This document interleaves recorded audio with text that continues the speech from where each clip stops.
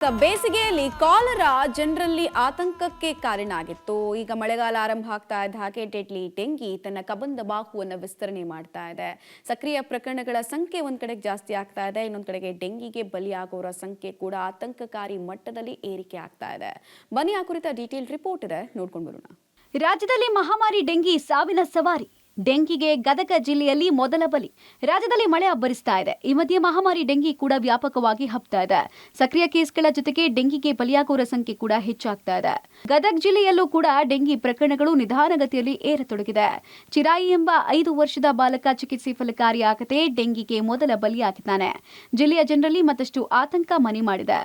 ಹಾಸನದಲ್ಲಿ ಡೆಂಗಿ ಮರಣ ತಾಂಡವ. ಶಂಕಿತ ಡೆಂಗಿಗೆ 26 ವರ್ಷದ ಯುವತಿ ಬಲಿ. ಹಾಸನ ಜಿಲ್ಲೆಯಲ್ಲಿ ಡೆಂಗಿ ಹಾವಳಿ ಮಿತಿ ಮೀರಿದೆ. ಶಂಕಿತ ಡೆಂಗಿಗೆ 26 ವರ್ಷದ ಯುವತಿ ಬಲಿಯಾಗಿದ್ದಾಳೆ. ಅರಸೀಕೆರೆ ತಾಲೂಕಿನ ಮುದುಡಿ ತಾಂಡ್ಯದ ಸುಪ್ರೀತಾ ಸಾವನ್ನಪ್ಪಿದ್ದಾಳೆ. ಹಾಸನ ಜಿಲ್ಲೆಯಲ್ಲಿ ಶಂಕಿತ ಡೆಂಗಿಯು ಸಾವಿನ ಸಂಖ್ಯೆ 7ಕ್ಕೆ ಏರಿಕೆಯಾಗಿದೆ. ಮತ್ತೊಂದು ಆಘಾತಕಾರಿ ಸಂಗತಿಯಾಗಿದೆ. ಜಿಲ್ಲಾಸ್ಪತ್ರೆಯಲ್ಲಿ ರೋಗಿಗಳು ತುಂಬಿ ತುಳುಕ್ತಾ ಇದ್ದು ಹಾಸಿಗೆಗಳು ಭರ್ತಿಯಾಗಿದೆ. ಕಳೆದ ಜನವರಿಯಿಂದ ಇಲ್ಲಿ ತನಕ ಸುಮಾರು 7,200ಕ್ಕೂ ಹೆಚ್ಚು ಮಂದಿ ಡೆಂಗಿ ರೋಗ ಲಕ್ಷಣ ಇರೋರು ಕಂಡುಬಂದಿದ್ದಾರೆ. ಅದರಲ್ಲಿ 2,400ಕ್ಕೂ ಹೆಚ್ಚು ಮಂದಿಯ ರಕ್ತ ತಪಾಸಣೆ ನಡೆಸಲಾಗಿದೆ. ಇದರಲ್ಲಿ 215 ಮಂದಿ ಡೆಂಗಿ ಪಾಸಿಟಿವ್ ಪ್ರಕರಣಗಳು ಪತ್ತೆಯಾಗಿದೆ. ಸದ್ಯ 75 ಸಕ್ರಿಯ ಪ್ರಕರಣ ಇದೆ. ಇವರಲ್ಲಿ ಮಕ್ಕಳ ಸಂಖ್ಯೆ ಹೆಚ್ಚಿದ್ದು 8 ಮಕ್ಕಳ ಸ್ಥಿತಿ ಗಂಭೀರವಾಗಿದ್ದು ಐಸಿಯುನಲ್ಲಿ ಚಿಕಿತ್ಸೆ ಕೊಡಲಾಗ್ತಾ ಇದೆ. ಜೂನ್ 3ನೇ ವಾರ ಹಾಗೂ ಜುಲೈ ತಿಂಗಳಲ್ಲಿ ಸೋಂಕಿತರ ಸಂಖ್ಯೆ ಹಾಗೂ ರೋಗ ಲಕ್ಷಣ ಇರುವ ಸಂಖ್ಯೆ ಗಣನೀಯವಾಗಿ ಏರಿಕೆಯಾಗ್ತಾ ಇದೆ. ಮೈಸೂರಿನಲ್ಲಿ ಡೆಂಗಿಗೆ 2ನೇ ಬಲಿ.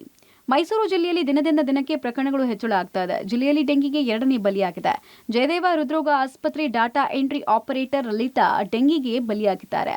ಇತ್ತೀಚೆಗೆ ಹುಣಸೂರು ಸಮುದಾಯ ಆರೋಗ್ಯಾಧಿಕಾರಿ ಮೃತಪಟ್ಟಿದ್ರು. ತುಮಕೂರು ಜಿಲ್ಲೆಯಲ್ಲೂ ಡೆಂಗಿ ಹೆಚ್ಚಳ. ತುಮಕೂರು ಜಿಲ್ಲೆಯಲ್ಲಿ ಡೆಂಗಿ ಹೈ ಅಲರ್ಟ್ ಘೋಷಣೆ ಮಾಡಲಾಗಿದೆ. ಸದ್ಯ 9 ಆಕ್ಟಿವ್ ಪ್ರಕರಣಗಳಿದ್ದು 3 ಮಕ್ಕಳು ಐಸಿಯುನಲ್ಲಿ ಚಿಕಿತ್ಸೆ ಪಡಿತಾ ಇರೋದು ಆತಂಕವನ್ನ ಸೃಷ್ಟಿ ಮಾಡಿದೆ. ಗೃಹ ಸಚಿವ ಜಿ ಪರಮೇಶ್ವರ್ ಅಧಿಕಾರಿಗಳ ಸಭೆ ಕರೆದು ಚುರುಕು ಮೂಡಿಸಿದ್ದಾರೆ. ಆದರೂ ಸೋಂಕಿತರ ಸಂಖ್ಯೆಯಲ್ಲಿ ದಿನದಿಂದ ದಿನಕ್ಕೆ ಹೆಚ್ಚಳ ಆಗ್ತಾ ಇದೆ. 9 ಆಕ್ಟಿವ್ ಕೇಸ್ ಇದೆ.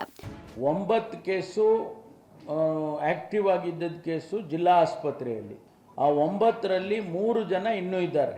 ಔಟ್ ಆಫ್, ನಾನು ಹೇಳೋದು ಸರಿ ಇದೆಯಾ, ಔಟ್ ಆಫ್ ಡೇಂಜರ್ನಲ್ಲಿ ಇದ್ದಾರೆ. ಆಕ್ಟಿವ್ ಆಗಿ ಇರ್ತಕ್ಕಂಥ ಕೇಸು 3 ಕೇಸು. ಆ 3ರಲ್ಲಿ ಎಲ್ಲರೂ ಕೂಡ ಸೇಫ್ ಆಗಿದ್ದಾರೆ. ಅದರಿಂದ ಇದನ್ನ ಯಾರು ಕೂಡ ಭಯ ಪಡ್ತಕ್ಕಂಥದ್ದು ಏನು ಅಗತ್ಯ ಇಲ್ಲ. ಯಾರಿಗಾದ್ರೆ ಜ್ವರ ಬಂದರೆ ತಕ್ಷಣ ನೀವು ಟೆಸ್ಟ್ ಮಾಡಿಸಬೇಕು. ಇನ್ನು ರಾಜ್ಯದಲ್ಲಿ ಡೆಂಗಿ ಪ್ರಕರಣಗಳು ದಿನೇ ದಿನೇ ಹೆಚ್ಚಳ ಆಗ್ತಾ ಇದ್ದು ಸರ್ಕಾರದ ವಿರುದ್ಧ ಮಾಜಿ ಸಿಎಂ ಹಾಗೂ ಸಂಸದ ಬಸವರಾಜ ಬೊಮ್ಮಾಯಿ ವಾಗ್ದಾಳಿ ನಡೆಸಿದ್ರು. ಯಾವುದೇ ಮುಂಜಾಗ್ರತಾ ಕ್ರಮಗಳನ್ನು ಸರ್ಕಾರ ಕೈಗೊಂಡಿಲ್ಲ ಅಂತ ಕಿಡಿಕಾರಿದ್ರು. ಒಂದು ಜ್ವರ ಸುಮಾರು 1.5 ತಿಂಗಳಿಂದ ಪ್ರಾರಂಭ ಆಗಿದೆ. ಮುಂಜಾಗ್ರತೆ ಕ್ರಮವನ್ನ ಆರೋಗ್ಯ ಇಲಾಖೆ ತಗೋಬೇಕಾಗಿತ್ತು, ಡಾಕ್ಟರ್ಗಳು ತಗೋಬೇಕಾಗಿತ್ತು, DHಗಳು ತಗೋಬೇಕಾಗಿತ್ತು. ಆದರೆ ಅದು ಯಾವುದೂ ಮುಂಜಾಗ್ರತೆ ಕ್ರಮ ತೆಗೆದುಕೊಂಡಿಲ್ಲ. ಆಮೇಲೆ ಡೆಂಗು ಜ್ವರ ಬಂದರೂ ಕೂಡ ಅವುಗಳನ್ನು ಬೇರೆ ಕೆಟಗರಿಯಲ್ಲಿ ಹಾಕಿ ಡೆಂಗು ಸಂಖ್ಯೆ ಕಡಿಮೆ ಇದೆ ಅಂತ ತೋರಿಸುವ ಮೊದಲು ಪ್ರಯತ್ನ ಮಾಡಿದರು. ಟೆಸ್ಟ್ ಕೂಡ ಬಹಳ ಕಡಿಮೆ ಮಾಡಿದ್ದಾರೆ. ಬಹಳ ದೊಡ್ಡ ಪ್ರಮಾಣದಲ್ಲಿ ವ್ಯಾಪಕವಾಗಿ ಈ ಬಾರಿ ಆಗಿದೆ. ಕೇವಲ ಆರೋಗ್ಯ ಇಲಾಖೆ ಮಂತ್ರಿಗಳು ಬರೀ ಒಂದು ಸಭೆಯನ್ನು ಮಾಡಿ ಎಲ್ಲವೂ ಸರಿಯಾಗುತ್ತೆ ಅನ್ನುವಂಥ ಭಾವನೆಯಲ್ಲಿದ್ದಾರೆ. ಒಟ್ಟಾರೆ ಡೆಂಗು ಫೀವರ್ನ ಎದುರಿಸಲು ಈ ಸರ್ಕಾರ ವಿಫಲವಾಗಿದೆ. ಸಾರ್ವಜನಿಕರು, ಬಡವರು ಇದರಿಂದ ಬಹಳಷ್ಟು ಸಾವು ನೋವುಗಳಾಗಿದೆ.